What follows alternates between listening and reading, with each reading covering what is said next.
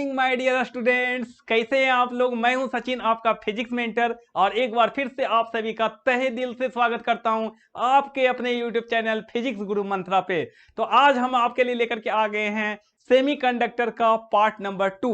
Part number 1 हम लोग already discuss कर चुके हैं, तो ये सेमीकंडक्टर का सेकेंड लेक्चर है और most of the important part of the semiconductor will be covered in this lecture only. ठीक है, इस लेक्चर में हम लोग most important part of the semiconductor को कवर करने वाले हैं। तो चलिए बिना देर किए हुए आज का लेक्चर हम लोग अपना स्टार्ट करते हैं। तो आज हम लोग स्टार्ट करते हैं बच्चों एनर्जी बैंड डायग्राम में जो हमारा वैलेंस बैंड क्या होता है, कंडक्शन बैंड क्या होता है, फॉरबिडन एनर्जी गैप क्या होता है, ये सब इंपॉर्टेंट कॉन्सेप्ट है।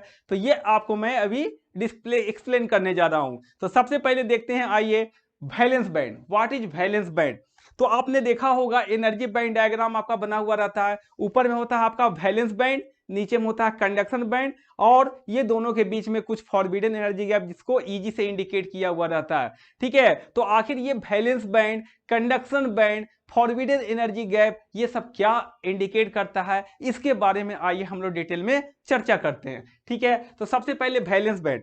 तो आपको पता होगा बच्चों, जब हमने क्रिस्टल का फॉर्मेशन किया था तो उसमें क्या किए थे हम लोग कि आइटम्स को एक दूसरे के क्लोज लाया था। क्या लाया था? एक दूसरे के क्लोज लाया था to form the semiconductor crystal. जिसके कारण क्या हुआ था, आइटम्स का जो अपना डिस्क्रीट एनर्जी लेवल था वो क्या हुआ था, कोलैप्स कर गया था। कैसे कोलैप्स कर गया था? जब हम आइटम को एक दूसरे के पास ला रहे हैं, पास ला रहे हैं, तो हम क्या कर रहे हैं, इंटर एटॉमिक सेपरेशन को डिक्रीज कर रहे हैं। तो एक particular critical inter atomic separation पे आइटम क्या हो रहा था, एक दूसरे को टच कर रहा था उसके बियॉन्ड जब हम इंटर एटॉमिक सेपरेशन को और डिक्रीज किए, that is R less than R naught कर दिया। ठीक है, तो उसके बाद में क्या होता है कि जो वैलेंस सेल के जो इलेक्ट्रॉन है उसके करस्पॉन्डिंग जो वैलेंस सेल की जो आपका एनर्जी लेवल है वो क्या होते हैं, आपस में क्या होते हैं, ओवरलैप करते हैं। ठीक है, और बॉन्ड फॉर्मेशन के बाद एक क्रिस्टल का फॉर्मेशन करते हैं, जिसके कारण क्या होता है कि जो वैलेंस सेल हैं, है ना, वो अफेक्ट हो जाते हैं और एक क्या करते हैं, कंटिन्यूअस एनर्जी बैंड का क्या करते हैं, फॉर्मेशन करते हैं। अब देखिए उस एनर्जी बैंड में वैलेंस बैंड क्या होता है, तो जो भी आपने देखा था कि एन नंबर ऑफ आइटम से क्रिस्टल बना था। ठीक है, अब जो क्रिस्टल बना था तो उसमें कितना था, सिलिकॉन क्रिस्टल का फॉर्मेशन हमने किया था। ठीक है, तो उसमें जो वैलेंस सेल की जो आपका जो स्टेट थे उसमें क्या था, फॉरेन स्टेट क्या था, फील्ड स्टेट था, और फॉरेन स्टेट क्या था, अनफील्ड स्टेट था। तो वो जो फॉरेन फील्ड स्टेट है वो सारे कहां पे लाई करते हैं, वो सारे वैलेंस बैंड में चले जाते हैं 0 केल्विन पे, और जितने भी अनफील्ड स्टेट थे वो कहां चले जाते हैं, कंडक्शन बैंड में चले जाते हैं। तो आइए देखते हैं इसका डेफिनेशन क्या है। Valence band in the energy band diagram, valence band is the lower energy band. ये क्या है बच्चों, एनर्जी बैंड डायग्राम में लोअर एनर्जी बैंड है, दैट इज वैलेंस बैंड। किसके कॉरस्पॉन्डिंग बना, corresponding to the filled state, मतलब वो वैलेंस सेल में जो फील्ड इलेक्ट्रॉन थे, ठीक है, वो सारे किस में आ गए, वैलेंस बैंड में आ गए। ठीक है, तो चलिए यहां पर क्या है वैलेंस बैंड, इसका डेफिनेशन देख लेते हैं। इन the energy band diagram, valence band is the lower energy band belonging to the valence electron of the semiconductor crystal. ठीक है, सेमीकंडक्टर क्रिस्टल में क्या है, एक ये लोअर एनर्जी बैंड है, और किसके कॉरस्पॉन्डिंग बना, जो भी फील्ड स्टेट थे, जितना स्टेट फील्ड था, मतलब जिसमें वैलेंस इलेक्ट्रॉन फील्ड थे, उसके कॉरस्पॉन्डिंग ये क्या बना, वैलेंस सेल बना। ठीक है, दैट इज वैलेंस बैंड बना। ठीक है बच्चों, चलिए दिस बैंड नेवर एम्प्टी, इसके बारे में एक खासियत क्या है कि ये बैंड कभी एम्प्टी नहीं रहेगा। ठीक है, या तो क्या रहेगा, वो कंप्लीटली फिल्ड होगा या फिर पार्शियली फिल्ड होगा। तो अब देखिए अगर हम 0 केल्विन की बात करें तो 0 केल्विन पे क्या होता है बच्चों, उसके पास उतना सफिशिएंट एनर्जी नहीं है, और हम लोग जानते हैं कि सेमीकंडक्टर में एटम एक दूसरे के साथ में कोवैलेंट बॉन्ड से बॉन्डेड होते हैं।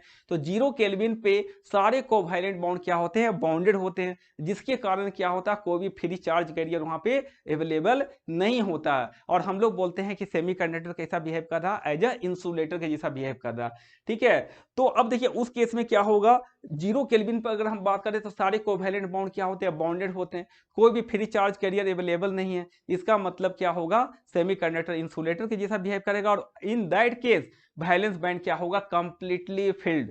क्या होगा, कंप्लीटली फिल्ड, और कंडक्शन बैंड क्या होगा, कंप्लीटली एम्प्टी। आपको ध्यान रखना कि 0 केल्विन पे या एब्सोल्यूट 0 टेम्परेचर पे, ठीक है, क्या होगा, आपका वैलेंस बैंड कंप्लीटली फिल्ड होगा और कंडक्शन बैंड क्या होगा, कंप्लीटली एम्प्टी होगा। कंडक्शन बैंड में कब जाएंगे इलेक्ट्रॉन, जब वो फ्री बन करके जाएंगे, दैट इज फ्री इलेक्ट्रॉन्स हो जाएंगे, ठीक है। तो उसके लिए आपको क्या करना पड़ेगा, एनर्जी देना पड़ेगा, लेकिन 0 केल्विन पे इतना ज्यादा सफिशिएंट एनर्जी नहीं होता है कि वो कहां चला जाए, बॉन्ड तोड़ करके कंडक्शन बैंड में चला जाए, वैलेंस बैंड से कंडक्शन बैंड में चला जाए, ठीक है जी। चलिए, तो ये सारी चीजें हैं। और अपने क्या बोला, जैसे आप टेम्परेचर को इंक्रीज करोगे, जैसे आप स्लाइटली टेम्परेचर को इंक्रीज करोगे अप टू 300 केल्विन, मतलब रूम टेम्परेचर तक आप टेम्परेचर जब इंक्रीज करोगे, तब क्या होगा, वो थर्मल एनर्जी उसको मिलेगा, क्रिस्टल में जितने आइटम है उसको थर्मल एनर्जी मिलेगा, उसके कारण पूरे क्रिस्टल में थर्मल वाइब्रेशन होने लगेगा और कोवैलेंट बॉन्ड ब्रेक कर जाएगा। तो कोवैलेंट बॉन्ड ब्रेक करने से क्या होगा, इलेक्ट्रॉन होल पेयर जनरेट हो जाएंगे, और जैसे ही फ्री चार्ज कैरियर जनरेट होंगे तो वो तो रुके नहीं रहेंगे, तो उसमें जो फ्री इलेक्ट्रॉन है वो कहां मूव कर जाएगा, from valence band to conduction band में मूव कर जाएगा, और कंडक्टिविटी उसका स्टार्ट हो जाएगा, ठीक है जी। तो ये है हमारा कॉन्सेप्ट वैलेंस बैंड का। So this band never empty, कभी एम्प्टी नहीं रहेगा, ठीक है, कभी एम्प्टी नहीं रहेगा। 0 केल्विन पे वो कंप्लीटली फिल होगा, और 300 केल्विन रूम टेम्परेचर पे क्या होगा, वो पार्शियली फिल्ड होगा। So this band is never empty, it is always completely filled और पार्शियली फिल्ड, ठीक है। अब बताइए ये कंप्लीटली फिल्ड कब होगा बच्चों, वैलेंस बैंड कंप्लीटली फिल्ड कब होगा, 0 केल्विन पे कंप्लीटली फिल्ड होगा, और पार्शियली फिल्ड कब होगा, जब हमने टेम्परेचर को इंक्रीज कर दिया, ठीक है, अप टू 300 केल्विन तक, ठीक है। तो इस टेम्परेचर पे क्या होगा, वैलेंस बैंड क्या होगा, पार्शियली फिल्ड होगा। क्लियर है बात, ये ऑब्जेक्टिव में भी आएगा। 0 केल्विन पे वैलेंस बैंड और कंडक्शन बैंड क्या होता है हमारा, 0 केल्विन पे valence band completely filled, conduction band completely empty, 300 kelvin पे दोनों बैंड क्या होंगे, पार्शियली फिल्ड होंगे, ठीक है। चलिए, अब इन द वैलेंस बैंड क्या होता है, in the valence band are not free to move, मतलब क्या बोल रहा है कि in the valence band electrons are not free to move. जो बच्चों यहाँ पर वैलेंस बैंड होता है, देखिए ये लोअर बैंड हमारा है, ठीक है, और ये हमारा अपर बैंड, जिसको आप क्या बोल रहे हो, कंडक्शन बैंड बोल रहे हो, ठीक है। ये हमारा कंडक्शन बैंड है, ये हमारा क्या है, वैलेंस बैंड है, और ये हमारा क्या, फॉरबिडन एनर्जी गैप है, ये हमारा lowest energy level of conduction band, highest energy level of valence band. अब देखिए इसको थोड़ा सा हम लोग देखते हैं। अगर आइटम हमारे पास में है, आइटम में क्या होता है, बीच में न्यूक्लियस है यहाँ पर सेंटर पे, और डिफरेंट डिफरेंट क्या है यहाँ पे, ऑर्बिट है, डिफरेंट डिफरेंट क्या है हमारा, ऑर्बिट है, ठीक है। तो अगर हम लोग सिलिकॉन की बात करें, तो सिलिकॉन में आपको दिखलाया था क्या, सिलिकॉन के लिए आपका जो था 14 एटॉमिक नंबर था, तो इसका electronic configuration 1s2 2s2 2p6 3s2 और 3p2। तो ये था इसका वैलेंस शेल इलेक्ट्रॉन, ये क्या था इसमें, वैलेंस शेल इलेक्ट्रॉन। कितने थे valence shell electron, that is 4, है ना। मतलब वैलेंस शेल के एस सब सेल में 2 इलेक्ट्रॉन, और वैलेंस शेल के पी सब सेल में कितने थे, 2 इलेक्ट्रॉन थे। तो टोटल कितना था इसके पास, 4 वैलेंस शेल इलेक्ट्रॉन था, ठीक है, किसका, सिलिकॉन का। अब देखिए यहाँ पर सपोज दैट ये न्यूक्लियस है हमारे पास, ये न्यूक्लियस है, ये न्यूक्लियस है, और इसके चारों तरफ क्या हो रहा है, डिफरेंट डिफरेंट ऑर्बिट में क्या हो रहा है, इलेक्ट्रॉन मूव कर रहे हैं, ठीक है, इलेक्ट्रॉन क्या है, मूव कर रहे हैं, ठीक है। अब इस इलेक्ट्रॉन को अगर फ्री करना आपको, इस इलेक्ट्रॉन को अगर फ्री करना है तो आपको क्या करना पड़ेगा, एनर्जी देना पड़ेगा। यहाँ पर क्या होना पड़ेगा, एनर्जी आपको देना पड़ेगा, मतलब एटम को क्या करना पड़ेगा, एक्साइट करना पड़ेगा, ठीक है।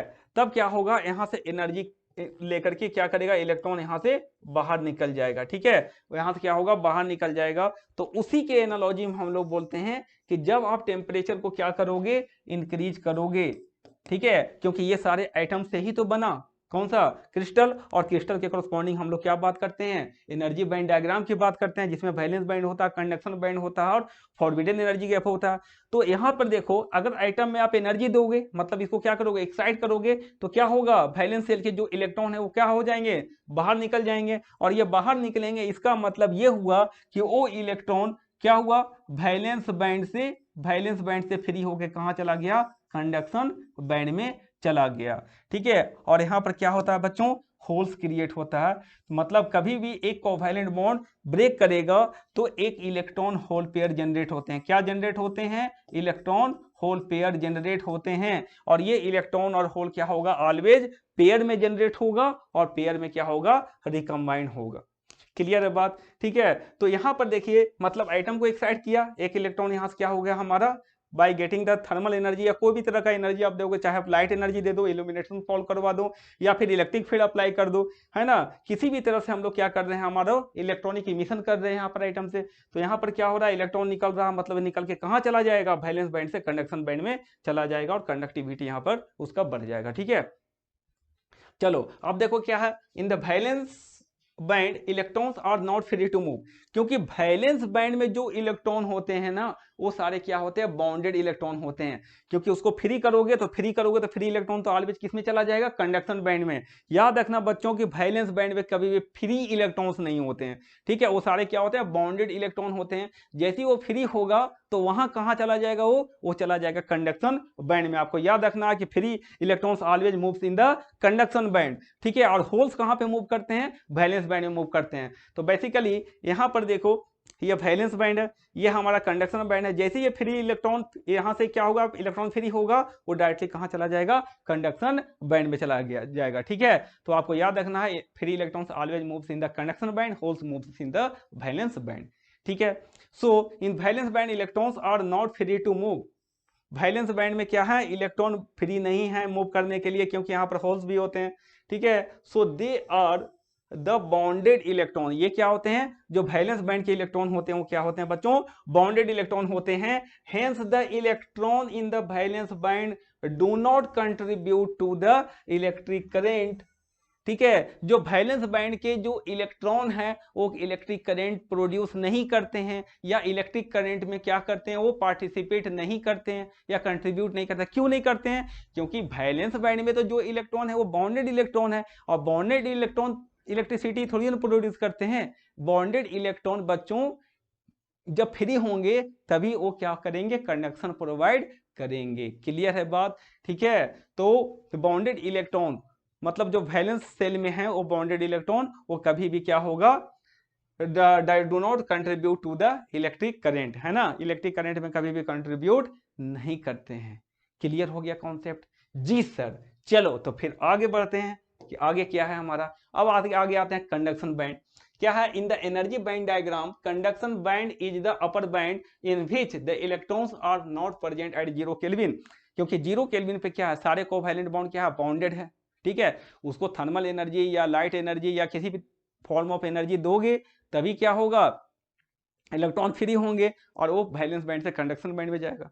तो 0 केल्विन पर तो क्या है, कंडक्शन बैंड में कोई भी इलेक्ट्रॉन नहीं है, ठीक है, कोई भी फ्री इलेक्ट्रॉन नहीं है, मतलब कैसा बिहेव करेगा, सेमीकंडक्टर इंसुलेटर के जैसा बिहेव करेगा, ठीक है। तो वही चीज मेंशन किया हुआ है यहाँ पर, देखिए क्या बोल रहा है, in the energy band diagram conduction band is the upper band, conduction band is the upper band in which the electrons are not present at 0 Kelvin, ठीक है। इसमें क्या है, 0 केल्विन पे कोई भी इलेक्ट्रॉन प्रेजेंट नहीं होते हैं, ठीक है।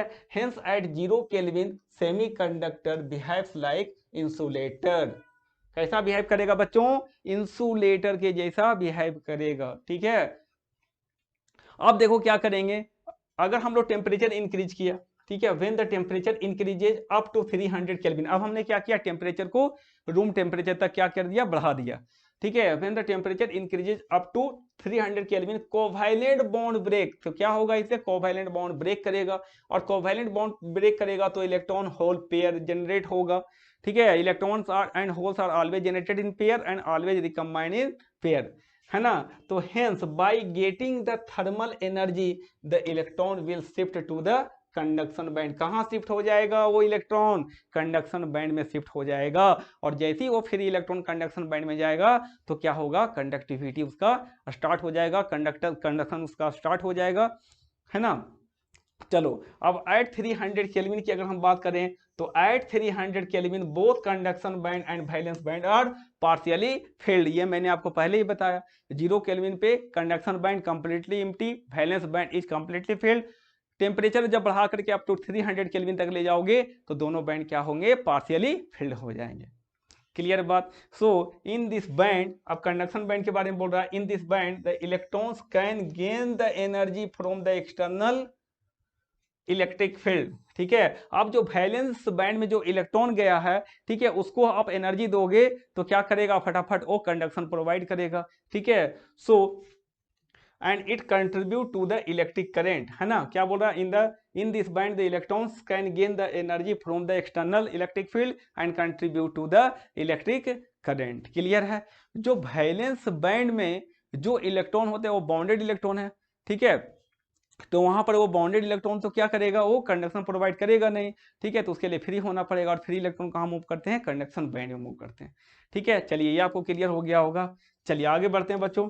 क्या है एनर्जी गैप, ये क्या है एनर्जी गैप, ये क्या है, it is the separation between the lowest energy level of conduction band and the highest energy level of valence band. क्या है बच्चों, ये lowest energy level of conduction band and highest energy level of valence band के बीच में क्या है difference. देखो ये हमारा कंडक्शन बैंड होता था, ये lowest energy level of conduction band, ये आपका वैलेंस बैंड, और ये highest energy level of valence band. ये दोनों के बीच का जो गैप होता था बच्चों, ये दोनों के बीच का जो गैप होता है उसी को तो आपने क्या बोला था, फॉरबिडन एनर्जी गैप। और ये क्या होता है, फॉरबिडन एनर्जी गैप होता है आपका that is EC minus EV. क्या होता है बच्चों, ईसी माइनस ईवी होता है। तो ये आपका फॉरबिडन एनर्जी गैप हो गया। ठीक है, चलिए अब यहां पर देखिए नेक्स्ट क्या है, एनर्जी गैप वर्सेस टेम्परेचर। अब हम लोग देखते हैं कि टेम्परेचर के रिस्पेक्ट में एनर्जी गैप का वेरिएशन क्या होता है। ठीक है, इंक्रीज करता है या डिक्रीज करता है। ठीक है, ये सारी चीजें देखेंगे।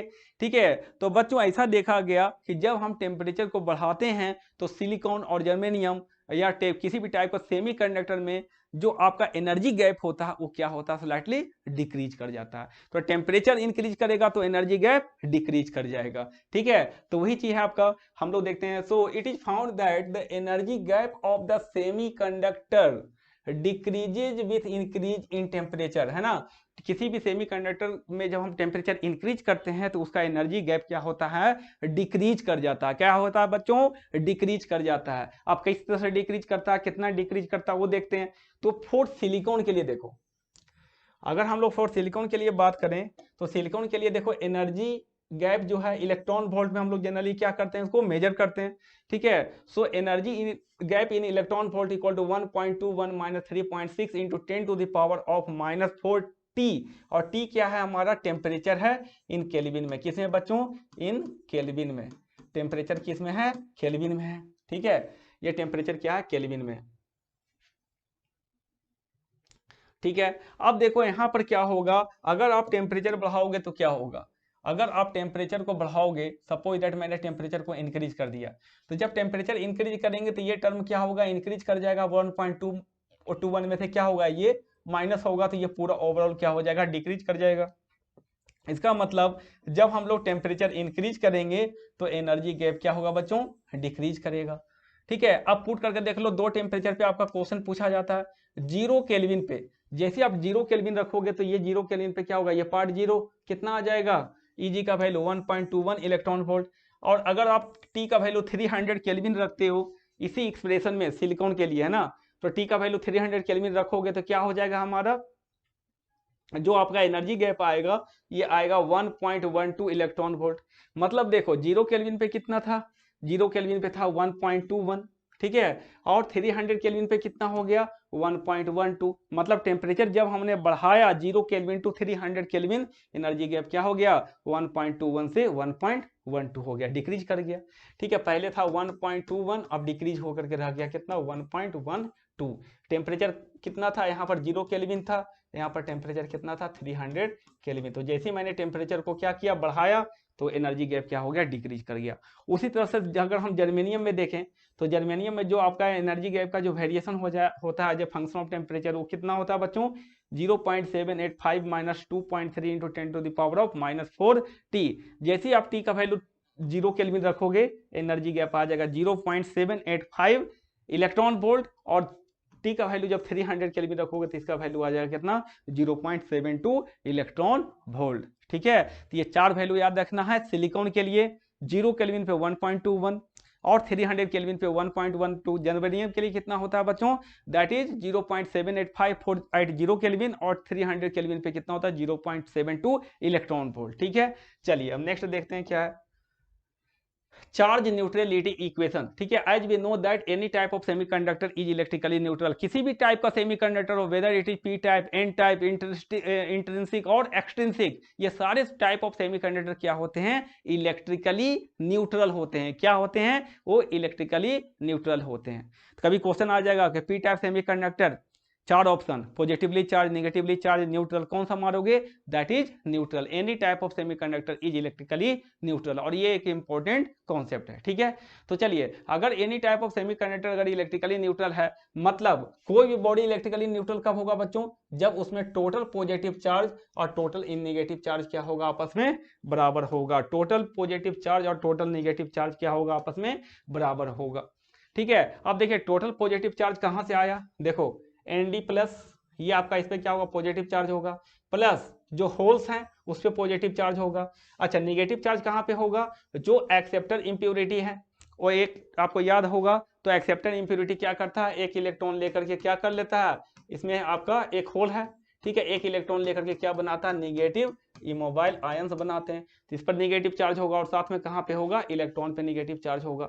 तो कॉन्सेंट्रेशन के टर्म में हमने किया, पर क्यूबिक सेंटीमीटर में सारा होगा, क्लियर है बात। तो Nd plus plus NH equal to Na minus और प्लस Ne, ये की इसको बोलते हैं चार्ज बैलेंस इक्वेशन या चार्ज न्यूट्रलिटी इक्वेशन। ये क्या है, हमारा चार्ज न्यूट्रलिटी इक्वेशन है, क्लियर है बात, ठीक है। At 300 kelvin all the impurity items are fully ionized. ऐसा देखा गया कि अगर हम टेम्परेचर को 300 केल्विन तक इंक्रीज कर देते हैं, तो जितने भी जो आपका एटम्स है, ठीक है, जितने भी इंप्योरिटी एटम्स है वो सारे क्या हो जाते हैं, आयोनाइज हो जाते हैं, ठीक है। मतलब क्या होगा, ये रिएक्शन हो जाएगा, मतलब क्या होगा, यहाँ से सारे इलेक्ट्रॉन जो है इंप्योरिटी आइटम के जो फ्री इलेक्ट्रॉन्स हैं, ठीक है, डोनर वाले का, वो क्या होगा, सारा यहाँ से बाहर निकल जाएगा। तो ये क्या बना लेगा, Nd विथ एक्सेस इलेक्ट्रॉन है, ये बनाएगा positive immobile ion by losing 1 electron, ठीक है। और उसी तरह से आपका जो Na विथ एक्सेस होल लिए हुए, वो भी क्या करेगा, एक इलेक्ट्रॉन को गेन करके क्या बना लेगा, निगेटिव इमोबाइल आयंस बना लेगा,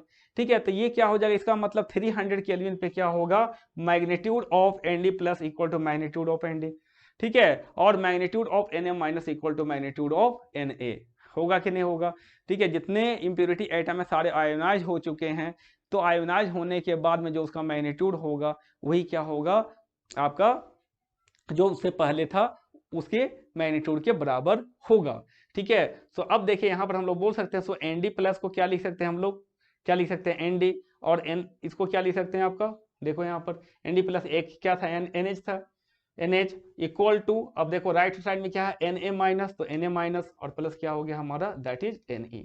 तो ये हमारा आ गया, that is charge neutrality equation. अब नेक्स्ट देखते हैं क्या है, अब आते हैं मास एक्शन लॉ, ठीक है। मास एक्शन लॉ क्या रिप्रेजेंट करता है बच्चों, ये आपका कॉन्सेंट्रेशन ऑफ फ्री इलेक्ट्रॉन्स और कॉन्सेंट्रेशन ऑफ होल्स, इसके बीच में आपका क्या करता है, वो रिलेशन, ठीक है, रिलेशन बतलाता है, ठीक है। सो इसका स्टेटमेंट क्या है, मास एक्शन लॉ का, अंडर थर्मल इक्विलिब्रियम, क्या है, under thermal equilibrium the product of concentration of holes and free electron, ठीक है। क्या बोल रहा है कि अगर आपका थर्मल इक्विलिब्रियम में ले, थर्मल इक्विलिब्रियम मतलब कांस्टेंट टेम्परेचर पे जो आपका इलेक्ट्रॉन के कॉन्सेंट्रेशन का और प्लस होल के कॉन्सेंट्रेशन का जो प्रोडक्ट होगा in any type of semiconductor is equal to square of intrinsic carrier concentration, ठीक है। That is under thermal equilibrium the product of concentration of free electron and holes is always constant and which is equal to the square of intrinsic carrier concentration, ठीक है। सो अब देखो इसका statement लिखा हुआ है, it state that under thermal equilibrium for any type of semiconductor the product of concentration of free electron and hole is constant and which is equal to the square of intrinsic carrier concentration.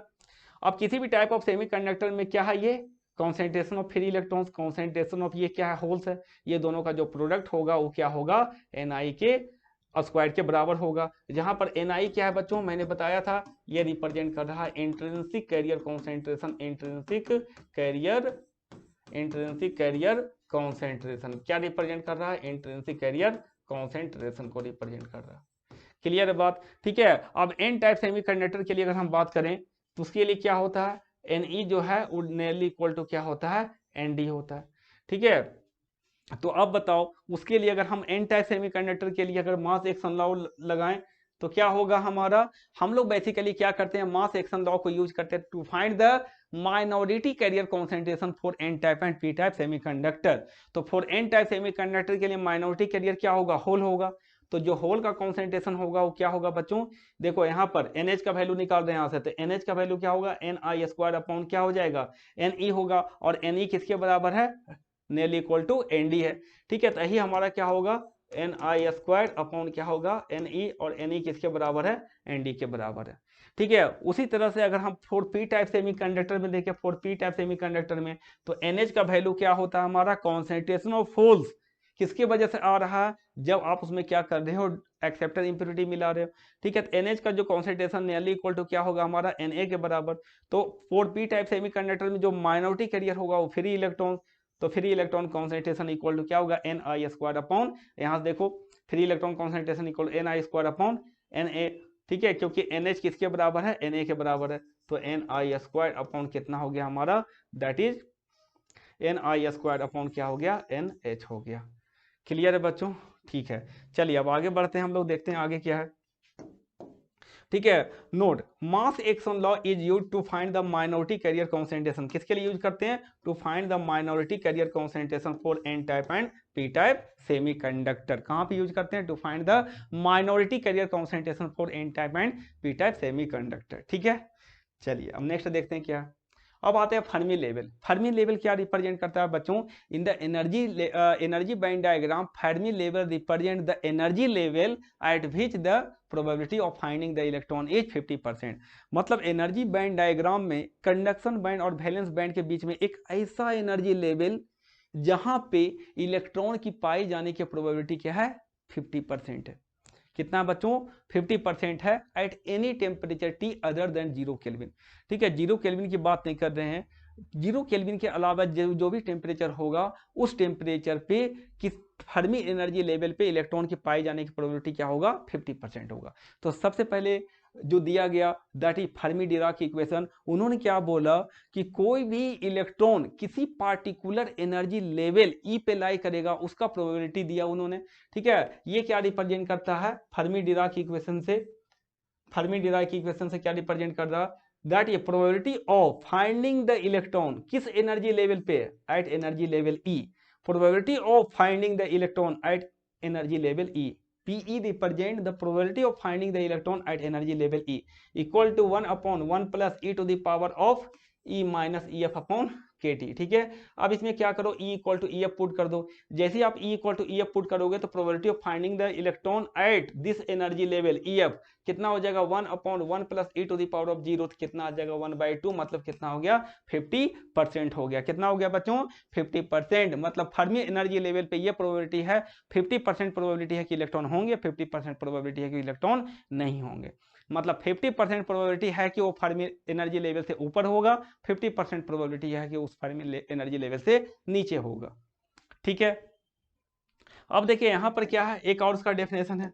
ठीक है, Fermi energy level is also defined as the maximum possible energy present by the electron at 0 kelvin. ठीक है, Fermi energy level क्या है कि 0 kelvin पे कोई भी इलेक्ट्रॉन कितना मैक्सिमम एनर्जी को पा सकता है, कितना मैक्सिमम एनर्जी को एक्वायर्ड कर सकता है, उस एनर्जी को बोला गया Fermi energy level. It is the maximum energy acquired by the electron at 0 kelvin. Clear बात। चलो अब फॉर इंट्रिंसिक सेमीकंडक्टर के लिए अगर हम बात करें तो फॉर इंट्रिंसिक सेमीकंडक्टर के लिए बच्चों ऐसा देखा गया कि फर्मी लेवल कहां पे लाई करता है, at the middle of energy gap.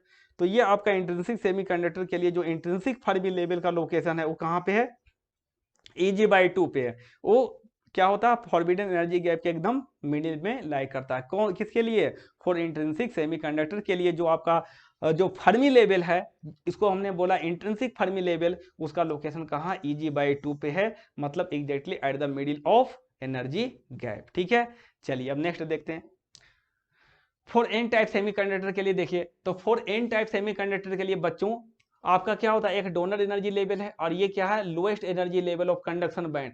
तो for N type semiconductor the Fermi energy level lies closer to the conduction band. कहां पे लाई करता है Fermi energy level for N type semiconductor के लिए, lies closer to the conduction band, और ये ED donor energy level और lowest energy level of conduction band, इसके बीच में लाई करता है क्या, that is Fermi energy level for N type semiconductor. ठीक है, अब देखिए इस Fermi energy level of n type semiconductor का जो लोकेशन है वो इंट्रिंसिक फर्मी लेवल के रिस्पेक्ट में कितना है। ठीक है, तो इंट्रिंसिक फर्मी लेवल के रिस्पेक्ट में मतलब इसके रेफरेंस में अगर हम बात करें तो इतना ऊपर है। कितना ऊपर है बच्चों, इसके रिस्पेक्ट में ये दोनों के बीच का जो गैप है, मतलब इंट्रिंसिक फर्मी लेवल के रिस्पेक्ट में जो आपका Fermi level for N type semiconductor है कितना ऊपर है, KT ln ND/Ni। कितना ऊपर है बच्चों, KT ln ND/Ni। ठीक है, इतना ऊपर है इसके रिस्पेक्ट में। और साथ में अगर हम बोले कि वो EC से कितना नीचे है, मतलब इसके बीच का जो गैप है, तो EC से कितना नीचे है, तो EC माइनस KT ln मतलब क्या है हमारा नेचुरल लॉग, जिसको आप बोलते हो लॉग बेस E। ठीक है, तो ये क्या हो गया, EC minus KT ln NC/ND। अब देखो इस एक्सप्रेशन से आपको क्या पता चला, इस एक्सप्रेशन से पता चला कि अगर हम लोग सपोज दैट टेम्परेचर इंक्रीज किया, तो टेम्परेचर इंक्रीज करने से क्या होगा, Fermi level for N type semiconductor जो है वो शिफ्ट होता है नीचे। ठीक है, N4 निगेटिव याद रखो है ना, टेम्परेचर बढ़ाने से क्या होगा, फर्मी लेवल एन टाइप में नीचे आएगा। एक याद रहेगा तो आपको सारा याद हो जाएगा। ठीक है, तो एन टाइप सेमीकंडक्टर में जब हम टेम्परेचर को बढ़ाते हैं फर्मी लेवल कहाँ शिफ्ट होता है, नीचे। फर्मी लेवल कहाँ शिफ्ट हुआ, डाउनवर्ड डायरेक्शन में। और अगर हम यहाँ पर क्या कर दें, एनडी को इंक्रीज करें, क्योंकि देखो ये फर्मी लेवल है ना बच्चों, फर्मी लेवल है वो किस पे डिपेंड कर रहा है, टेम्परेचर पर डिपेंड कर रहा है। साथ में हमारा क्या है, जो इम्प्योरिटी कॉन्सेंट्रेशन है उस पर डिपेंड कर रहा है, एनडी पर भी डिपेंड कर रहा है। ठीक है, तो इसका मतलब जब हम टेम्परेचर के रिस्पेक्ट में देखेंगे, टेम्परेचर बढ़ाएंगे तो क्या होगा, और एनडी का वैल्यू बढ़ाएंगे तो क्या होगा, टेम्परेचर बढ़ाने से पता चला शिफ्ट हुआ कितना, डाउनवर्ड नीचे की तरफ शिफ्ट होगा, क्योंकि टेम्परेचर बढ़ाओगे तो ये टर्म क्या होगा, बढ़ जाएगा, जिसकी वजह से ये ओवरऑल टर्म घट जाएगा। ठीक है, उसी तरह से जब आप एनडी का वैल्यू बढ़ाओगे, मतलब इंप्योरिटी कॉन्सेंट्रेशन बढ़ाएंगे, तब क्या होगा, इस लॉग का वैल्यू क्या होगा, घट जाएगा। अब घट जाएगा तो क्या हो जाएगा, ये वैल्यू बढ़ जाएगा। ठीक है, सो EFN क्या होगा, शिफ्टेड अपवर्ड। उसी तरह से, और जब हमने एनडी का वैल्यू इतना ज्यादा बढ़ा दिया कि एनसी से भी ज्यादा कर दिया, और एनसी क्या रिप्रेजेंट कर रहा है, ठीक है, that is total available energy state in conduction band, density of energy state in conduction band.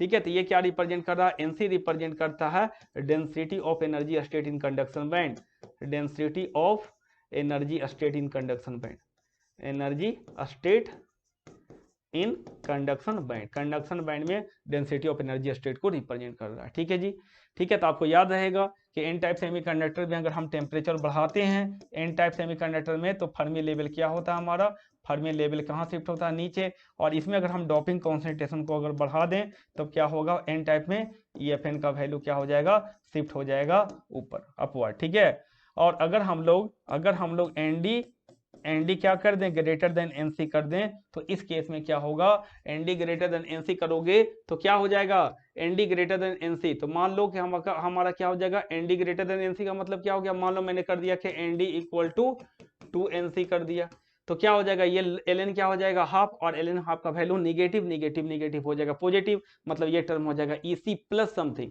क्योंकि इसका वैल्यू निगेटिव और एक निगेटिव बाहर में भी है, तो EC प्लस समथिंग मतलब कहाँ चला जाएगा, EC प्लस समथिंग कहाँ चला जाएगा, कंडक्शन बैंड में शिफ्ट हो जाएगा। ठीक है, चलिए हम नेक्स्ट देखते हैं। अब पी टाइप सेमीकंडक्टर के लिए देखो, जो फर्मी लेवल का लोकेशन होता है that is closer to valence band, valence band के रिस्पेक्ट में स्लाइटली इससे क्या होता है, थोड़ा सा ऊपर होता है। कितना ऊपर होता है, तो ये दिया हुआ है, तो ये EV से ये क्या होता है हमारा, दैट इज EV। EV क्या रिप्रेजेंट करता है बच्चों, EV क्या रिप्रेजेंट करता है, that is highest energy level of valence band. तो यहाँ से कितना ऊपर है, इतना ऊपर होता है, KT ln NV/Na। अब यहाँ से देख लो, जो आपका टेम्परेचर अगर आप बढ़ाओगे, तो टेम्परेचर बढ़ाओगे तो इसमें क्या होगा, पी टाइप में ऊपर फर्मी लेवल शिफ्ट होगा, और अगर डोपिंग कॉन्सेंट्रेशन बढ़ाओगे, इंप्योरिटी कॉन्सेंट्रेशन बढ़ाओगे, तो ये कहाँ शिफ्ट होगा, डाउनवर्ड शिफ्ट होगा। ठीक है, अब देखिए यहाँ पर ये क्या रिप्रेजेंट कर रहा है कि जो आपका पी टाइप सेमीकंडक्टर में जो फर्मी लेवल का लोकेशन है वो इंट्रिंसिक फर्मी लेवल के रिस्पेक्ट में कितना ऊपर है, तो ये है आपका इंट्रिंसिक फर्मी लेवल के रिस्पेक्ट में क्या है, कितना नीचे है। देखो बेसिकली तो EFI से कितना नीचे है, तो KT ln Na/Ni इतना नीचे है, किसके रिस्पेक्ट में, इंट्रिंसिक फर्मी लेवल के रिस्पेक्ट में। ठीक है, चलो अब नेक्स्ट देखते हैं, देख क्या कंडक्टिविटी। कंडक्टिविटी क्या रिप्रेजेंट करता है बच्चों, it is basically represent the current carrying capacity of the semiconductor, है ना। ये क्या रिप्रेजेंट करता है कि कोई भी सेमीकंडक्टर कितना कंडक्ट कर सकता है या कितना कैरी कर सकता है करंट को, ठीक है। दिस इज कॉल्ड कंडक्टिविटी, और इसका दूसरा नाम क्या है, स्पेसिफिक कंडक्टेंस। क्या नाम, स्पेसिफिक कंडक्टेंस, है ना। अभी देखो यहाँ पर क्या होगा, कंडक्टिविटी का अगर हम एक्सप्रेशन अगर की बात करें तो जो कंडक्टिविटी का एक्सप्रेशन होता है बच्चों, ये क्या होता है, एन ई स्क्वायर टॉ अपॉन एम। क्या होता है, एन ई स्क्वायर टॉ अपॉन एम, जहां पे एन क्या है, एन रिप्रेजेंट कर रहा है कॉन्सेंट्रेशन ऑफ चार्ज कैरियर, ये हो गया इलेक्ट्रॉनिक चार्ज, टॉ को बोलते हैं हम लोग रिलैक्सेशन टाइम, और एम को बोलते हैं दैट इज इफेक्टिव मास, ठीक है, क्या बोलते हैं, इफेक्टिव मास। तो यहाँ पर क्या हो गया, एन ई को आप अलग कर लीजिए, बाकी जो रिमेनिंग टर्म बचा ई टॉप बाई एम, वो क्या रिप्रेजेंट कर रहा है, मोबिलिटी को रिप्रेजेंट कर रहा है। किसको रिप्रेजेंट कर रहा है बच्चों, मोबिलिटी को रिप्रेजेंट कर रहा है, ठीक है। So for semiconductor there are two types of charge career.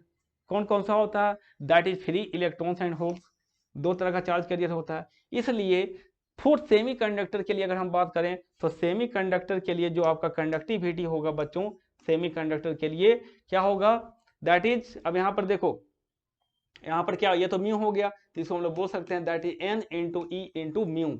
लेकिन दो तरह का चार्ज कैरियर है, तो एक होगा हमारा कौन सा, फ्री इलेक्ट्रॉन्स, और एक क्या होगा, होल्स होगा। तो ई तो हो गया क्या यहाँ पर कांस्टेंट हो गया, तो उसको बाहर निकाल लिया, और क्या हो गया, n e into mu e plus n H into mu h. तो क्या है, this is the general expression for conductivity of any type of semiconductor, ठीक है। क्या है, e into N E mu e plus n H into mu h, ठीक है। अब देखो यहाँ पर डिफरेंट केसेस, अगर हम फॉर इंट्रिंसिक सेमीकंडक्टर की बात करें तो इंट्रिंसिक सेमीकंडक्टर में Ne और NH क्या हो जाता है, आपस में बराबर हो जाता है और इक्वल टू Ni के बराबर होता है। तो इस केस में क्या होगा, Ne और NH आपस में बराबर हो गया और ये दोनों क्या होगा, Ni के बराबर हो गया। ये दोनों Ni के बराबर जब हो जाएगा तो क्या हो जाएगा, sigma for intrinsic semiconductor equal to E into mu e plus mu h और इंटू Ni। क्या हो जाएगा, E into mu e plus mu h into Ni हो जाएगा। अच्छा, फॉर एन टाइप सेमीकंडक्टर के लिए अगर हम लोग बात करें, एन टाइप सेमीकंडक्टर के लिए क्या होगा, मेजोरिटी कैरियर फ्री इलेक्ट्रॉन्स होता है, तो Ne very very greater than क्या होगा, NH होगा। तो एन टाइप सेमीकंडक्टर में क्या होगा, हमारा आपका कंडक्टिविटी होगा E into N E mu E, और Ne किसके बराबर होता है, Nd के बराबर होता है लगभग, ठीक है। तो E into N D into mu E, क्योंकि Ne क्या है, नियरली इक्वल टू Nd होता है, ठीक है। उसी तरह से जब पी टाइप सेमीकंडक्टर के लिए अगर आप बात करोगे तो पी टाइप सेमीकंडक्टर में जो मेजोरिटी कैरियर है वो होल्स है, तो होल का कॉन्सेंट्रेशन क्या होगा, very very greater than electron concentration. तो इस केस में जो आपका पी टाइप सेमीकंडक्टर में जो आपका कंडक्टिविटी होगा that is equal to E into N H into mu H equal to E, और म्यू एच देखो एन एच का वैल्यू क्या होगा बच्चों, एन ए के बराबर होगा, तो E N A into mu H, जहां पर एन एच क्या है, एन ए के बराबर है, ठीक है। तो ये रहा आपका that is conductivity of intrinsic semiconductor, n type semiconductor and p type semiconductor, ठीक है जी। चलिए अब नेक्स्ट देखते हैं, intrinsic semiconductors are having the NTC. अगर आपसे बात करें कि इंट्रिंसिक सेमीकंडक्टर का क्या होता है, एनटीसी या PTC. So intrinsic semiconductor are having NTC, negative temperature coefficient, मतलब इंट्रिंसिक सेमीकंडक्टर का कंडक्टिविटी क्या होगा, इंक्रीज करेगा विथ इंक्रीज इन टेम्परेचर, लेकिन रजिस्टिविटी क्या होगा, डिक्रीज करेगा, ठीक है। सो इसके पास में क्या होता है, एनटीसी, और एनटीसी मतलब क्या हो गया, negative temperature coefficient of resistivity, मतलब टेम्परेचर बढ़ने से रजिस्टिविटी क्या होगा, घटेगा, तो कंडक्टिविटी क्या होगा, बढ़ेगा। अब देखो एक्सटेंसिक सेमीकंडक्टर में उल्टा है, ठीक है। तो एक्सटेंसिक सेमीकंडक्टर का पीटीसी होता है, मतलब अगर आप एक्सटेंसिक सेमीकंडक्टर में अगर टेम्परेचर बढ़ाओगे तो उसका रजिस्टिविटी क्या होगा, बढ़ेगा, कंडक्टिविटी क्या हो जाएगा, घट जाएगा, ठीक है। तो एक्सटेंसिक सेमीकंडक्टर का पीटीसी और इंट्रिंसिक सेमीकंडक्टर का एनटीसी। लेकिन अगर आपसे केवल ये पूछे कि सेमीकंडक्टर आर हैविंग, चार ऑप्शन रहे, पीटीसी एनटीसी, कौन सा मारोगे, दैट इज एनटीसी।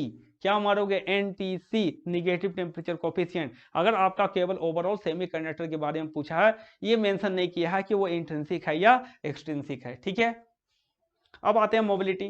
मोबिलिटी क्या रिप्रेजेंट कर रहा है, it represent the state of randomness. क्या रिप्रेजेंट करता है बच्चों, मोबिलिटी स्टेट ऑफ रैंडमनेस को रिप्रेजेंट कर रहा है, ठीक है। जैसे सपोज दैट आपके पेरेंट बहुत ही आपको छूट दे दिए, इसका मतलब क्या करोगे आप, बहुत अगर आपको छूट मिल गई है तो आप क्या करोगे, इधर उधर घूमोगे, अपने दोस्तों के साथ घूमोगे, मूवी जाओगे, ठीक है। तो आपको इसका मतलब बहुत ज़्यादा फ्रीडम मिल गया, ठीक है, बहुत ज़्यादा फ्रीडम मिल गया। तो उस स्टेट को क्या बोलते हैं, मतलब इस आपका क्या हो गया, मोबिलिटी बहुत ही ज़्यादा हाई हो गया, ठीक है। आप पर कोई फोर्स नहीं है, कोई बाउंडेशन नहीं है, इसका मतलब आपका मोबिलिटी क्या है, बहुत ही हाई है। तो मोबिलिटी क्या रिप्रेजेंट कर रहा है, मोबिलिटी रिप्रेजेंट करता है स्टेट ऑफ रैंडमनेस को, ठीक है। किसको रिप्रेजेंट करता है बच्चों, स्टेट ऑफ रैंडमनेस को रिप्रेजेंट करता है। Mobility indicates the ease of movement of the free charge carrier. ये क्या रिप्रेजेंट कर रहा है कि चार्ज कैरियर किसी भी सेमीकंडक्टर क्रिस्टल में कितना इजीली मूव करता है, उसके ईज ऑफ मूवमेंट को रिप्रेजेंट करता है, ठीक है। तो जितना ज्यादा इजीली अगर मूव करेगा उतना ज्यादा क्या होगा, उसका मोबिलिटी हाई होगा, ठीक है। और ये देखा गया कि जो मोबिलिटी ऑफ फ्री इलेक्ट्रॉन्स है वो क्या होता है, greater than mobility of holes होता है। That is mobility of free electron in the conduction band is higher than the mobility of holes in the valence band. जो इलेक्ट्रॉन का mobility है बच्चों, वो कंडक्शन बैंड में हाई होता है as compare to mobility of holes in the valence band. क्यों ज्यादा होता है, क्योंकि वहां पर कंडक्शन बैंड में उसके पास में कोई क्या, उसके पास में कोई रुकावट नहीं है, ठीक है। लेकिन वैलेंस बैंड में क्या होता है, होल्स भी होते हैं, है ना। तो यहाँ पर क्या होता है, मोबिलिटी ऑफ फोर्स कम हो जाता, ठीक है। तो यहां पर क्या होता है, that is mobility of free electron in the conduction band, ठीक है, are more than the mobility of force in the valence band. क्यों, because the free electrons easily can easily move in the conduction band and there is no hindrance in the path of free electrons, है ना। उसके path में क्या है, कोई तरह का रुकावट नहीं है ना। तो फ्री इलेक्ट्रॉन इजीली मूव कर सकते हैं कंडक्शन बैंड में, तो उसका मोबिलिटी क्या होगा, हाई होगा as compare to mobility of holes in the valence band.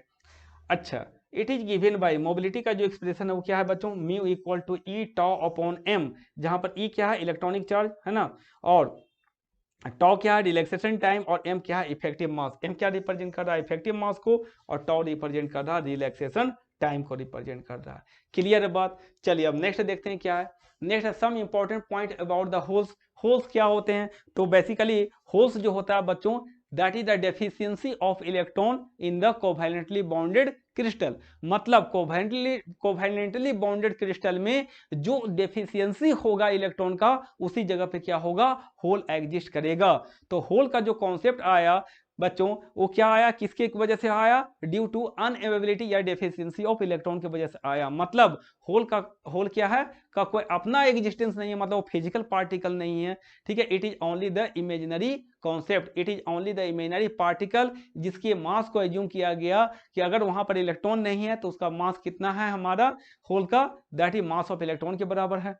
Holes are the imaginary particle जिसका मास को एज्यूम किया गया कि मास ऑफ इलेक्ट्रॉन के बराबर है, और उसके चार्ज को एज्यूम किया गया that is opposite of charge of free electrons.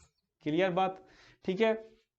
तो holes are nothing but the vacancy और absence ऑफ इलेक्ट्रॉन, है ना, वैकेंसी और absence of electron in the covalently bonded crystal, है ना, in the covalently bonded crystal. It is not a physical particle, ये कोई physical particle नहीं है, rather it is an imaginary particles. ये क्या है बच्चों, इमेजिनरी पार्टिकल है, having mass of hole equal to mass of free electrons and charge of hole equal to opposite of charge of electron. मतलब क्या हो जाएगा, प्लस ई के बराबर हो जाएगा।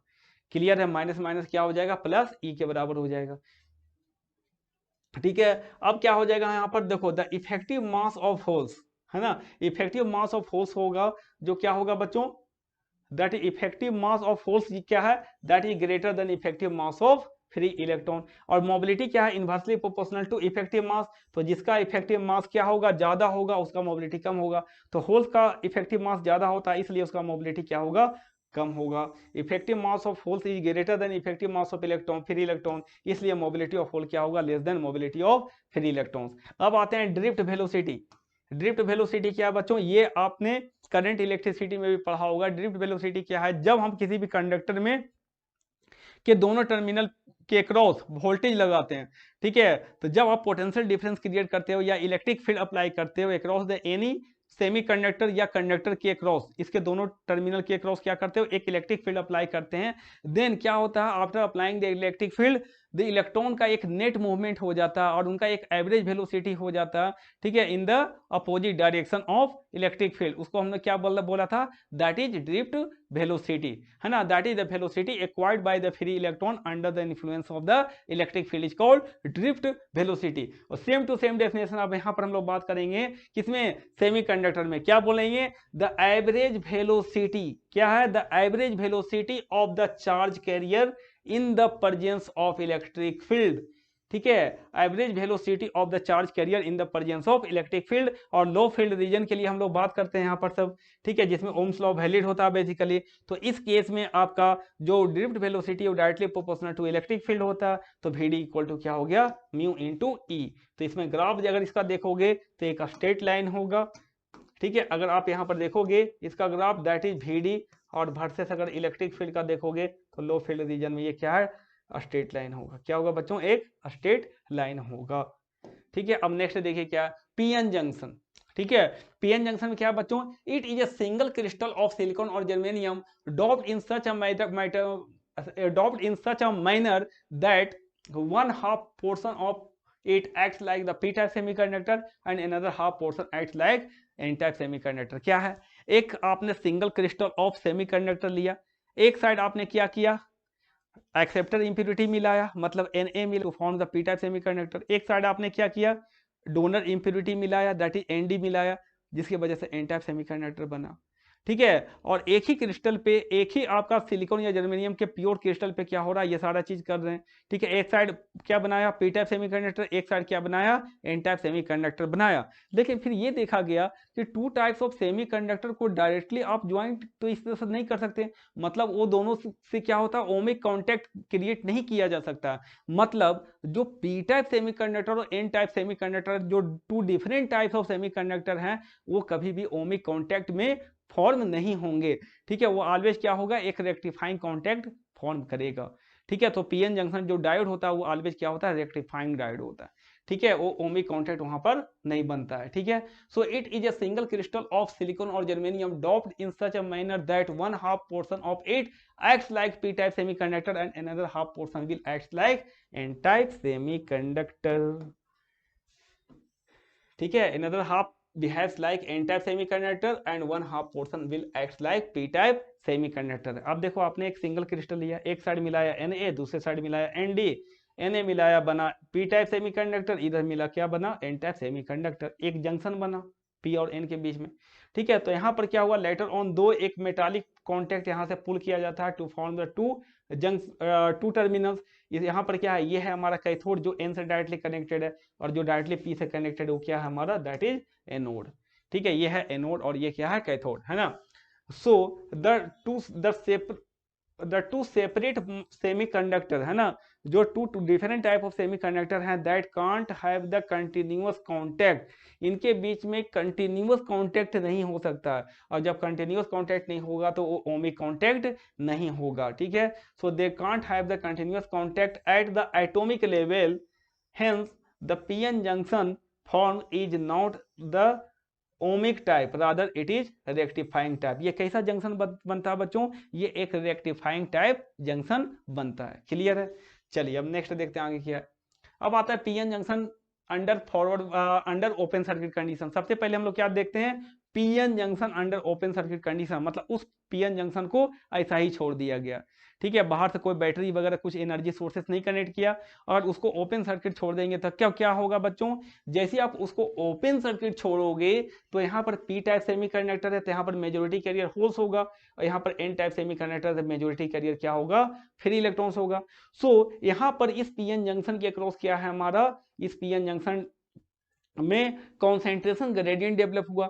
कॉन्सेंट्रेशन ग्रेडियंट मतलब वेरिएशन ऑफ क्या, कॉन्सेंट्रेशन, इधर होल का कॉन्सेंट्रेशन ज्यादा, इधर इलेक्ट्रॉन का कॉन्सेंट्रेशन ज्यादा, तो due to the difference in concentration, that is due to the concentration gradient, क्या होगा हमारा, दैट इज जो मूवमेंट होगा, मेजोरिटी कैरियर मूव करेंगे holes from P side to N side, और majority carrier free electron move करेगा N side to P side. क्यों, due to the concentration gradient, और उसके कारण एक करंट यहाँ पे बनेगा, that is called diffusion current. तो जब आप पीएन जंक्शन डायोड को ओपन सर्किटेड छोड़ दोगे तो for some time a small amount of current will flow due to the movement of majority carrier from P to N region and N to P region, और उस current को क्या बोलेंगे, diffusion current. वो क्यों फ्लो कर रहा है, due to the concentration gradient. किसके कारण होता है, मेजोरिटी कैरियर के कारण होता है। डिफ्यूजन करंट किसके कारण होता है, मेजोरिटी कैरियर के फ्लो के कारण होता है। बच्चों ये चीज आप दिमाग में रख लो, ठीक है। डिफ्यूजन करंट मतलब मेजोरिटी कैरियर के कारण होता है, और क्यों फ्लो करता है, due to the concentration gradient, है ना। तो diffusion current flow due to the concentration gradient, किसके कारण, due to the flow of majority carrier के कारण होगा, ठीक है। चलिए, तो यहां पर क्या होगा, तो इनिशियली क्या होगा, हमारा डिफ्यूजन करंट फ्लो करेगा। लेकिन अब देखो यहाँ पर जैसे एक होल यहाँ से यहाँ मूव करेगा पी टू एन साइड, तो क्या बना लेगा, एक निगेटिव इमोबाइल आयंस, क्योंकि Na विथ एक्सेस होल है। एक होल जैसे यहाँ पर चला जाएगा मतलब इसका होल खत्म हो गया, मतलब ये क्या बनाएगा, निगेटिव इमोबाइल आयंस। और यहाँ पर क्या होगा, P side near the junction क्या होगा, निगेटिव इमोबाइल आयंस क्या हो जाएगा, लेयर बन जाएगा। ये सारे क्या है, इमोबाइल आयंस हैं, जो सर्किल में इंडिकेट कर रहा है, निगेटिव साइन और सर्किल से इंडिकेट कर रहे हैं। ये निगेटिव इमोबाइल आयंस से फर्दर मूव नहीं कर सकते हैं। उसी तरह से एन साइड में क्या बनेगा, पॉजिटिव इमोबाइल आयंस का लेयर बनेगा, ठीक है। और यहाँ पर हम लोग बोलेंगे कि इस रीजन में क्या हो रहा है, हमारा डिप्लीजन लेयर फॉर्म हो रहा है। तो इसी तरह से जब इलेक्ट्रॉन एक मूव करेगा N side to P side, तो क्या होगा, नियर द जंक्शन एक क्या बनाएगा, पॉजिटिव इमोबाइल आयंस बनाएगा, क्योंकि आपको पता है कि एनडी विथ एक्सेस इलेक्ट्रॉन, यहाँ से एक इलेक्ट्रॉन निकलेगा तो क्या बनाएगा, positive immobile ions. By losing one electron, जैसे ही एक इलेक्ट्रॉन यहाँ शिफ्ट होगा तो यहाँ पर क्या बना लेगा, पॉजिटिव इमोबाइल आयंस बना लेगा।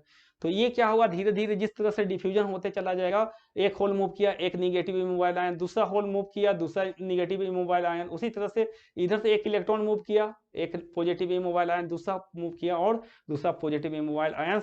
तो इस तरह से क्या होता है, हमारा negative and positive immobile ions gets created and collected near the junction on p side and N side, ठीक है। यहाँ पर निगेटिव इमोबाइल आयंस क्रिएट हो जाएंगे, जो यहाँ पर जंक्शन के नियर पी साइड में यहाँ पर बन जाएंगे, और एन साइड में near the junction positive immobile ions क्या हो जाएंगे, क्रिएट हो जाएंगे, ठीक है। अब देखो जैसे ये क्रिएट हो जाएगा तो हम क्या बोलते हैं कि यहाँ पर एक बैरियर क्रिएट हो गया। कैसे, क्योंकि अब जब मूव करेगा ना ये, अब ये मूव करेगा तो इसका ये जो पॉजिटिव इमोबाइल आयंस है उसको आने नहीं देगा।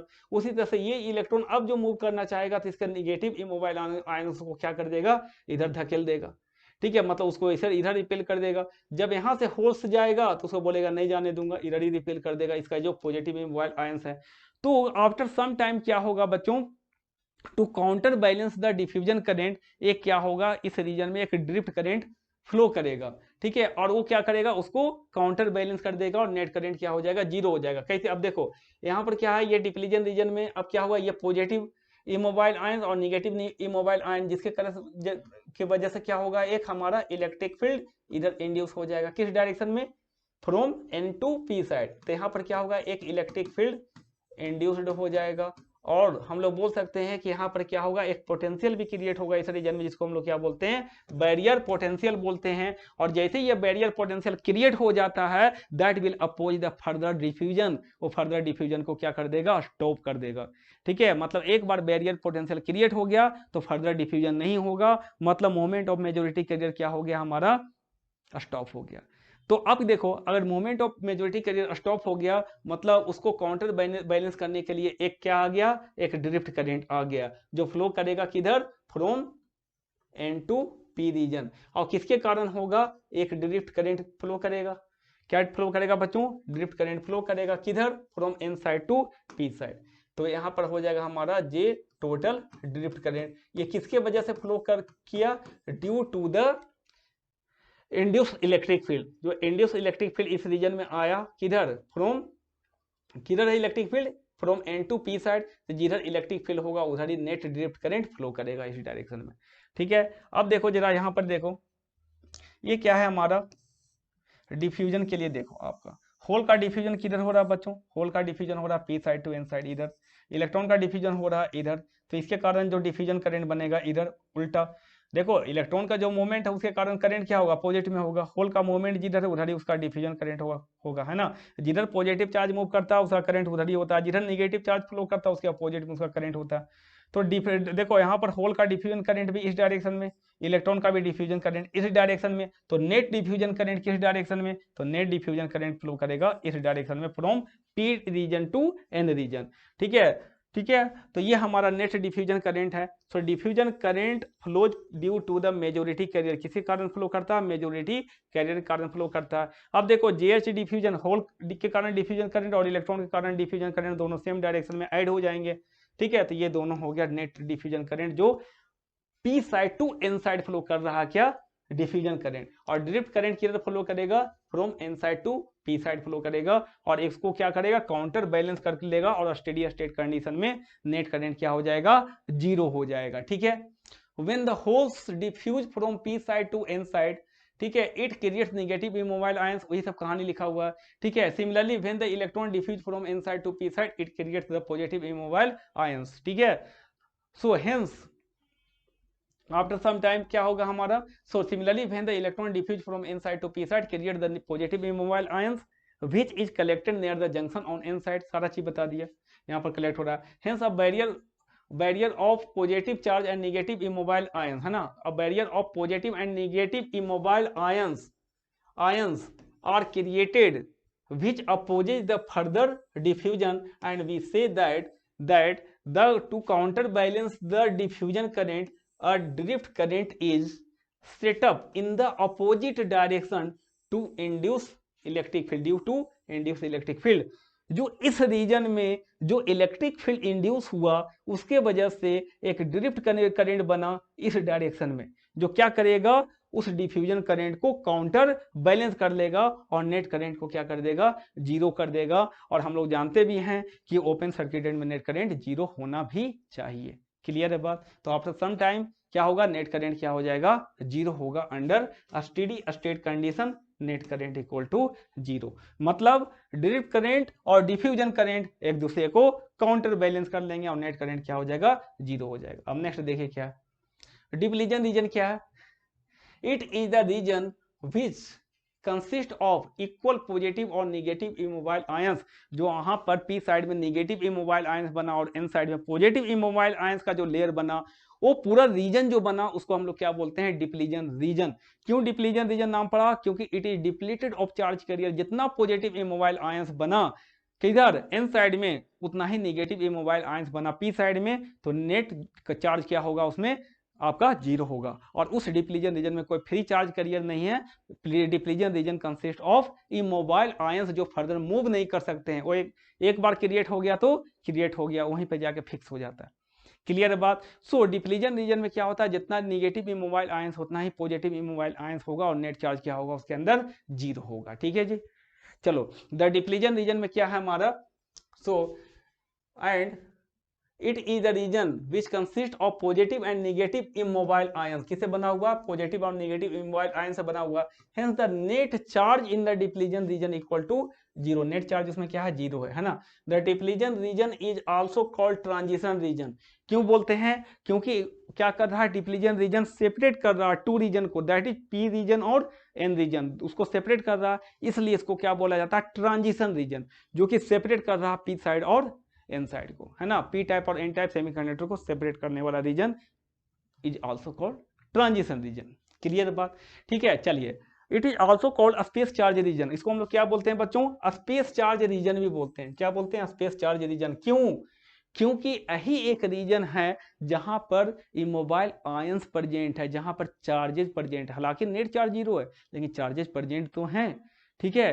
तो इसलिए इसको क्या बोला जाता है, it is the space where the charges are present, क्योंकि p साइड और n साइड का जो रीजन है वो तो न्यूट्रल रीजन में है।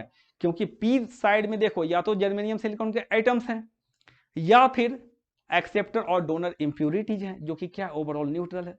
ठीक है, तो p रीजन और n रीजन जो pn जंक्शन में होता है वो कंप्लीटली क्या होता है, न्यूट्रल रीजन होता है। तो ओनली चार्ज रीजन कौन है, तो फिर ओनली चार्ज रीजन कौन सा, जो डिप्लीजन रीजन आपका, इसलिए इसको क्या बोला गया, that is space charge region बोला गया। ठीक है, and it is only the space where the charges are present although it is immobile, हालांकि ये इमोबाइल है लेकिन चार्जेस तो हैं, इसलिए इसको क्या बोला गया, स्पेस चार्ज रीजन। तो डिप्लीजन रीजन क्यों बोला गया, because it is depleted of charge career, net charge 0 है। ठीक है, ट्रांजिशन रीजन क्यों बोला गया, because it is separating the two medium, that is P और एन रीजन को सेपरेट कर रहा है। और उसको स्पेस चार्ज रीजन क्यों बोलते हैं, because it is only the region where the immobile ions are present, है ना, मतलब जहां पे चार्जेस प्रेजेंट है। क्लियर है। अब देखो एक्सप्रेशन ऑफ बैरियर पोटेंशियल क्या होगा आपका बच्चों, that is V not equal to VT ln NA upon NI square, जहां पर VT क्या है हमारा इक्वल टू KT, जिसको थर्मल वोल्टेज बोला जाता है, K है हमारा बोल्ट्जमैन कांस्टेंट, जिसका वैल्यू होता है 8.62 into 10 to the power of -5 electron volt per kelvin, और T क्या है, टेम्परेचर इन केल्विन, है ना। अगर रूम टेम्परेचर की बात करें तो रूम टेम्परेचर पे थर्मल वोल्टेज का वैल्यू होता है हमारा 26 मिली वोल्ट। ठीक है, थर्मल वोल्टेज का वैल्यू रूम टेम्परेचर पे कितना होता है बच्चों, 26 मिली वोल्ट होता है। क्लियर है। और एक इंपॉर्टेंट पॉइंट मैं आपको बताता हूं बैरियर पोटेंशियल के बारे में, कि बैरियर पोटेंशियल को कभी भी वोल्ट मीटर से आप मेजर नहीं कर सकते। क्यों, क्योंकि barrier consist of immobile positive and negative ions, जो कि मूव नहीं कर सकते हैं, और अगर आप उसमें वोल्टमीटर कनेक्ट करोगे तो उसमें करंट फ्लो नहीं करेगा, और वोल्टमीटर को अगर रीडिंग देना है तो उसमें क्या चाहिए नेसेसरी करंट चाहिए। ठीक है, तो अगर जब तक वोल्टमीटर में करंट ही फ्लो नहीं करेगा तो रीडिंग देगा नहीं, ठीक है, उसमें डिफ्लेक्शन होगा नहीं। इसलिए हम लोग बोल सकते हैं कि जो बैरियर पोटेंशियल होता है उसको हम लोग वोल्टमीटर से मेजर नहीं कर सकते हैं। क्लियर है बात। चलिए नेक्स्ट देखते हैं क्या है, PN junction diode under forward bias condition. अब देखो फॉरवर्ड बायस कंडीशन में मोटा मोटी बता देता हूं। देखो फॉरवर्ड बायस कंडीशन में क्या होता है, P side is connected to positive terminal, N side is connected to negative terminal of the battery, जिसके वजह से क्या होता है, ये पॉजिटिव टर्मिनल इस होल्स को इधर रिपेल करता है। ठीक है, और ये नेगेटिव टर्मिनल इस इलेक्ट्रॉन को क्या करेगा, इधर रिपेल करेगा, जिसकी वजह से क्या होगा, डिप्लीजन रीजन का विड्थ क्या हो जाएगा, कम हो जाएगा, बैरियर पोटेंशियल भी क्या हो जाएगा, डिक्रीज कर जाएगा। ठीक है, आपका यही सब कहानी लिखा हुआ है। तो इस केस में आपको दो चीज याद रखना कि विड्थ ऑफ डिप्लीजन रीजन क्या हो जाएगा हमारा, डिक्रीज कर जाएगा, और साथ में बैरियर पोटेंशियल भी क्या हो जाएगा हमारा, डिक्रीज कर जाएगा। ठीक है, चलिए, और इसमें जो करंट मेनली फ्लो करेगा वो डिफ्यूजन करंट फ्लो करेगा, जो कि P2 एन साइड में फ्लो करेगा, ID डिफ्यूजन। ठीक है, डिफ्यूजन करंट फ्लो करेगा ऑलवेज फॉरवर्ड डायरेक्शन में, जो किसकी वजह से होता है, due to the flow of majority charge carrier के कारण होता है। ठीक है, तो फॉरवर्ड बायस डायोड में ऑलवेज याद रखना, जो करंट फ्लो करता है पीएन जंक्शन डायोड में, mainly due to diffusion process, that is due to the flow of majority charge carrier from P side to N side. Clear है बात। चलो, तो ये आपका डिफ्यूजन करंट होगा मेनली किसमें, फॉरवर्ड बायस कंडीशन में। नेक्स्ट देखो आपका, देखो विड्थ ऑफ डिप्लीजन रीजन का क्या है, ये एक्सप्रेशन है, ये क्या है, junction potential under root of क्या है, 2 epsilon by q, 2 epsilon by q, ये देखो अंडर रूट में पूरा है, 2 epsilon by q 1 by N A plus 1 by N D into क्या है, VJ, यहाँ जहां पर VJ क्या है हमारा, जंक्शन पोटेंशियल है। तो जंक्शन पोटेंशियल का वैल्यू कितना होता है, V not minus VF in forward bias, V not plus VR in reverse bias. ठीक है, रिवर्स बायस में क्या होता है हमारा, बैरियर पोटेंशियल इंक्रीज कर जाता है। Hence under forward bias condition width of depletion region decreases, barrier potential decreases.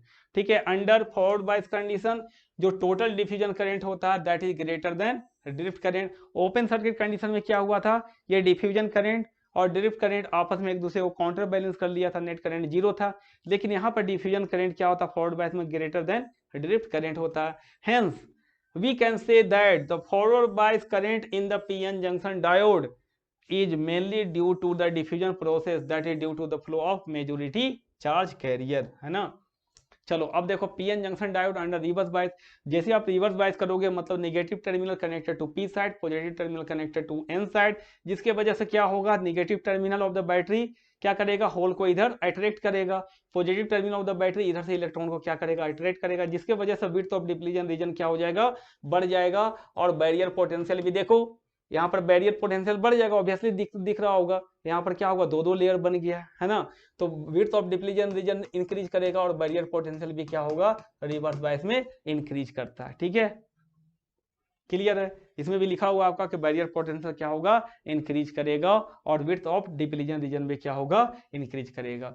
ठीक है, रिवर्स बायसिंग मतलब P side connected to negative terminal and N side connected to positive terminal of the battery. ठीक है, अब next देखिए क्या है, in this case a small amount of current flows from N to P region which is called reverse saturation current. तो जब आप diode को रिवर्स बायस करते हो ना, तो उस समय क्या होता है, बहुत ही हाई रेजिस्टेंस ऑफर करता है, और आइडियली बोलते हैं कि पीएन जंक्शन ओपन सर्किट जैसा बिहेव करने लगता है जब आप रिवर्स बायस करते हो, एंड प्रैक्टिकली वो मेगा ओम के रेंज में क्या करता है, रेजिस्टेंस ऑफर करता है, जिसके वजह से बहुत ही small amount of current flow करता है। किस side, from N region to P region, है ना, उल्टा डायरेक्शन में एक करंट फ्लो करेगा, जिसको, और क्यों होता है ये current, due to the flow of minority carrier. तो when the PN junction is reverse bias, a small amount of current flows from n side to p side in the reverse direction due to the flow of minority carrier, and this current is called reverse saturation current, है ना। अब आइए कुछ देख लेते हैं some important point about the reverse saturation current, है ना। पहला पॉइंट क्या है कि reverse saturation current I naught also called the thermally generated minority carrier current, ठीक है, क्या बोलते हैं उसको, thermally generated minority carrier current, जो फ्लो करता है always from N to P side. Always याद रखिएगा, ये पीएन जंक्शन डायोड है जिसमें जो रिवर्स सैचुरेशन करंट होता है वो ऑलवेज फ्लो करता है from N side to P side. इसका वैल्यू होता है नैनो एम्पियर में सिलिकॉन में, ठीक है, और माइक्रो एम्पियर में जर्मेनियम के लिए, ठीक है। अच्छा, सेकंड पॉइंट क्या है हमारा, कि जो हमारा रिवर्स सैचुरेशन करंट है वो क्या हो जाता है, डबल हो जाता है for every 10 degree centigrade rise in temperature. मतलब क्या हो गया, टेम्परेचर अगर आप इंक्रीज करते हो, कितना से इंक्रीज करते हो, बाई, अगर आपको by 10 degree centigrade, 10 degree centigrade अगर हम इंक्रीज करते हैं तब क्या हो जाएगा, तब देखो यहाँ पर 10 डिग्री सेंटीग्रेड से इंक्रीज करोगे तो I02 क्या हो जाएगा हमारा, equal to 2 times of I01 हो जाएगा।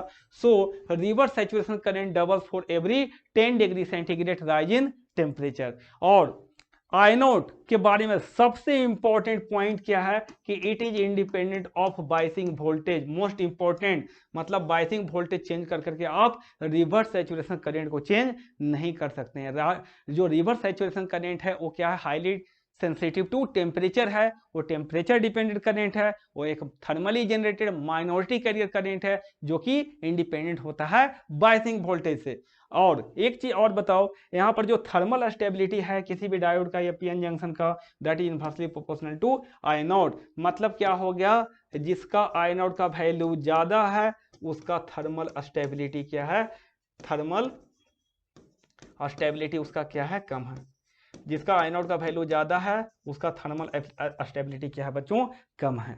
क्लियर बात। तो अब बताओ, अगर हम लोग बात करें जर्मेनियम और सिलिकॉन में, तो जर्मेनियम का क्या है, हमारा आई नॉट का वैल्यू माइक्रो एम्पियर में है, तो जर्मेनियम का रिवर्स सैचुरेशन करंट ज्यादा है, ठीक है, इसलिए इसका थर्मली क्या होगा, ये लेस स्टेबल होगा।